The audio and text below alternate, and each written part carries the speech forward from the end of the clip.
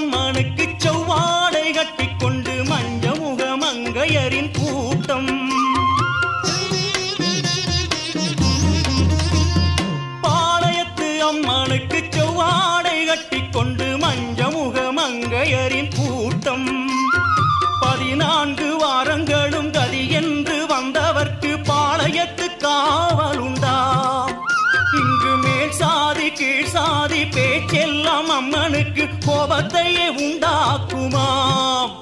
நம் குலம் காக்கும் அன்னை அவளே பெரிய பாளையத்து பவானி தாயே.